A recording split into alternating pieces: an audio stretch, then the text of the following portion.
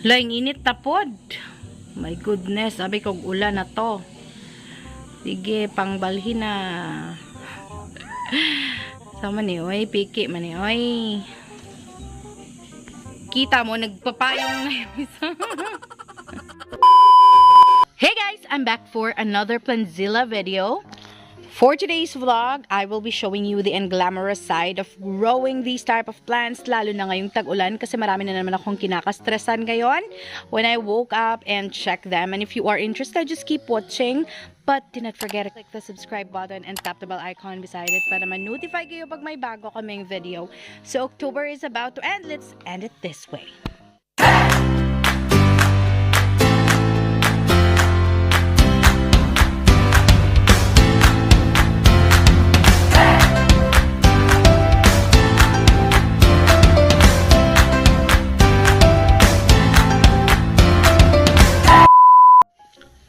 Apart from this part of the garden, which is too slippery kasi nga, eto talaga yung daanan ng baha every time na umuulan. Well, for today guys, the sun is out, but I cannot promise that it will stay the whole day.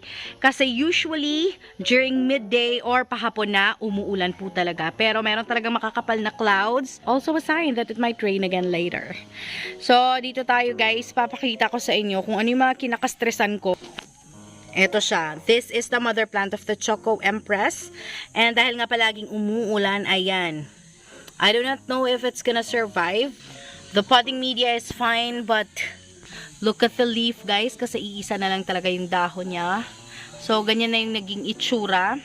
I just hope makakag-survive to.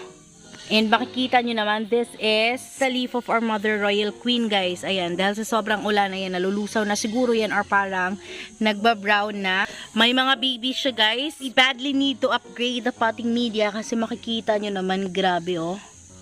Ayan, dapat talaga makakahinga yan. Kasi sa ganyang itsura ng soil, guys, so yung roots, guys, mahihirapang huminga dyan sa ilalim. The newest leaf of our Philodendron millinonii, ayan, damaged.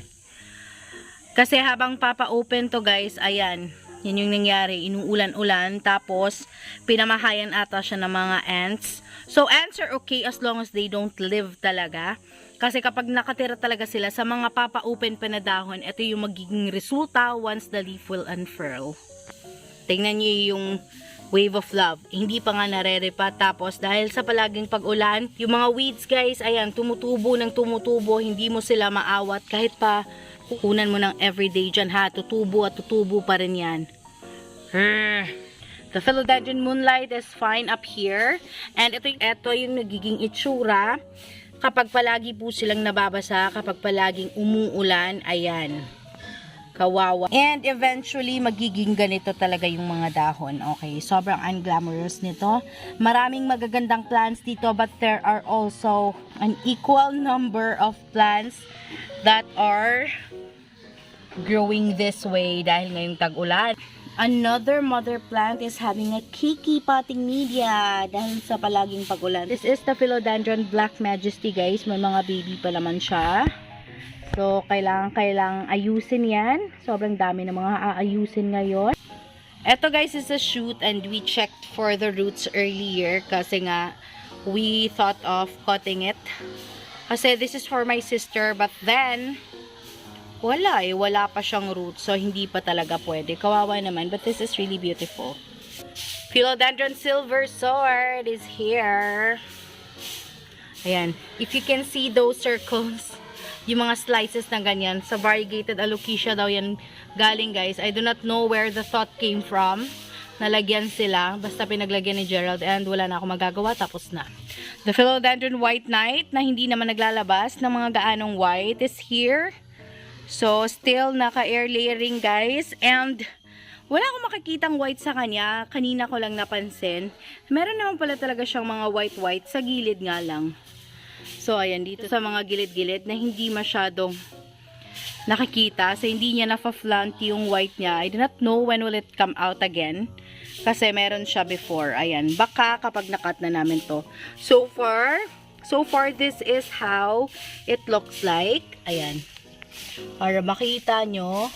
So, pinapadami pa lang talaga namin yung roots before we decide to cut it. So, we transfer this here kasi kapag nakalagay siya doon, Doon sa previous na pinaglalagyan sa kanya, palaging ang umuulan tapos mahangin pa, baka mabali siya. So, we opted to transfer it here para mas safe siya. Ito pa, ayan, may mga nagkabutas-butas. Ito, oh, pag humahangin talaga, tapos may nagsilaglagan ng mga twigs, mga ganyan, merong mga tumutusok sa mga dahon. Ito mga ganito, okay naman. But just like the Philodendron Moonlight, ito yung nangyari. Merong part sa kanya na parang nalusaw dahil sa palaging pag-ulan. And ngayon, ayan, nag-iwan ng butas. So, this is the Royal Queen na product of air layering, guys. Okay naman siya. Ito lang talaga. Ito yung newest leaf niya dati. Tapos, laging nababasa.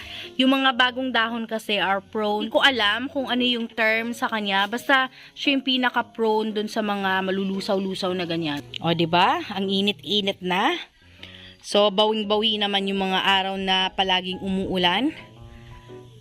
Ayan. So, maya-maya, may mga ililipat na naman dyan. Tignan nyo nga yung Philodendron Red Imperial. Yung makikita nyong mark dyan, parang masusunog na din kasi siya. Kasi nga palagi siyang nababasa sa ulan. Tapos, biglang mainit dito kapag uminit na. So, naano siya guys, nabigla sa mga changes ng weather dito. So, sanay na sanay siya, ilang araw umuulan tapos uminit. So, ayan. Kung hindi nilipat to ng time na yon, siguro butas na yan, sunog na yan. The Philodendron Bilite is here. So, yun guys, this will be propagated soon, hopefully. Pero, meron pa kasi siyang papalabas na dahon. Ayan. There is something that is about to come out and kawawa siya. So, we'll just let it stay here. Hindi na muna sa ngayon, but this is one of those plants. Mother planted kasi to. This is one of those mother plants that needs to be upgraded. Lalo na yung pating media niya kasi medyo nagkakaproblema na kapag umuulan, hindi nagde-drain kaagad. Another slices are seen here. This is the mother birkin and another shoot here came out. So, linisin natin yan. Oh, another shoot came out. Yung mga ganyan, guys, itong dahon, kapag nagsistay ng matagal din yung water dyan, isa din yan sa mga reason kung bakit parang nalulusaw, nararat yung dahon, guys. So, as much as possible, kapag nagme-mist kami, we make sure na enough lang para mag-dry ka agad. Hindi yung pipirme pa yung tubig dyan. Mother Red Diamond. Eto mga nandito, okay lang naman. Eto guys, hindi ko alam kung ano yung kumakain sa kanya. Ano daw, yung parang grasshopper. Tignan mo nga yung dahon, oh. Ayan. Kinakain, oh. Halos wala nang matira, puro rib na lang. Natutuwa naman ako sa ibang aglonema na nandito. At least, they are growing fatter compared to how they were nung nasa ibang place pa sila nakalagay. Ngayon, oh, this is the first time that I'm seeing this leaf na tumataba. Kasi dati, hindi ko talaga nakikita yung mga ganyan dito sa amin. But, sa ibang mga garden, nakikita ko ang taba-taba ng aglonema nila na ganyan. Tapos, yung akin, hindi. Ayan, yung mga dahon na nasisira, oh. Yan, eto, nabubutas. Kanina pa, na-discover ko na meron na namang nabutas dyan. Ayan, meron pang tumusok dyan kanina. Pero itong mga dahon na to, okay lang naman, oh. Malalaki. Ang gaganda. Ayan, butas na naman. So, as you can see, mainit na talaga dito. Yung init, tatakbo pa yun hanggang dito. So, we had to save the smaller ones. We have to set them aside para hindi sila gaanong mainitan. But there are really plants here that can tolerate the heat naman, guys. Hindi naman lahat nililipat. Yung mga medyo sensitive lang. Flexen the Philodendron Jose Bono. Na malaki na nga siya, guys. Thank you so much, Lord. Top cut yan. Oy, alright. Top cut yan. Tapos yung mother plant niya, meron na ding mga baby, guys. Papakita ko na lang sa inyo soon. This Philodendron Birkin. Ayan, feeling beautiful din. Ay, naglalabas na ng mga aerial roots. But still, we aren't planning to propagate it kasi we'll let it stay as it is. Tapos maganda kasi siya tingnan na ganyan. Tapos lipat lang namin ng magandang pot. Yung aming Philodendron Silver Sword. Magsi-6 na yung leaves niya, guys. 3 lang yata siya nung sinave namin. And meron na siyang nailalabas na mga aerial root. Ayun. So, meron talagang iba na super successful yung pagsisave, pero nangyayari din na hindi. So, dapat tanggapin din yung gano'n na hindi lahat successful, meron ding hindi. So, ito naman is the Philodendron Red Sun. Ayan, nabutas. Yung pinakita namin sa inyo before. But these are the new leaves. Yung mga kakaiba yung kulay. Almost of the same color ng Philodendron Prince of Orange, which is this one. So, Philodendron Prince of Orange talaga to nung may bigay sa amin. So, from Thailand po yan. Yung mga anak ng Birkin na napakita ko kanina, eto, tsaka, yan guys. Sobrang mura na ng Birkin ngayon, no? Makikita nyo, meron ng tigwa 150. Isipin mo yun. Tapos, our cobra fern is getting bigger na. Thank you, Lord. Eto guys, kahit mainit dito, hindi namin yan nililipat. Okay lang sa kanya. Eto yung mga ganyan, yung mga naka-pole, malapit na yung walang matirhan. Ewan ko kung saan na namin siya ilalagay soon. Saka even itong syngonium na batikan. Ewan ko kung ano yung pangalan niya. Nawala na naman yung sun.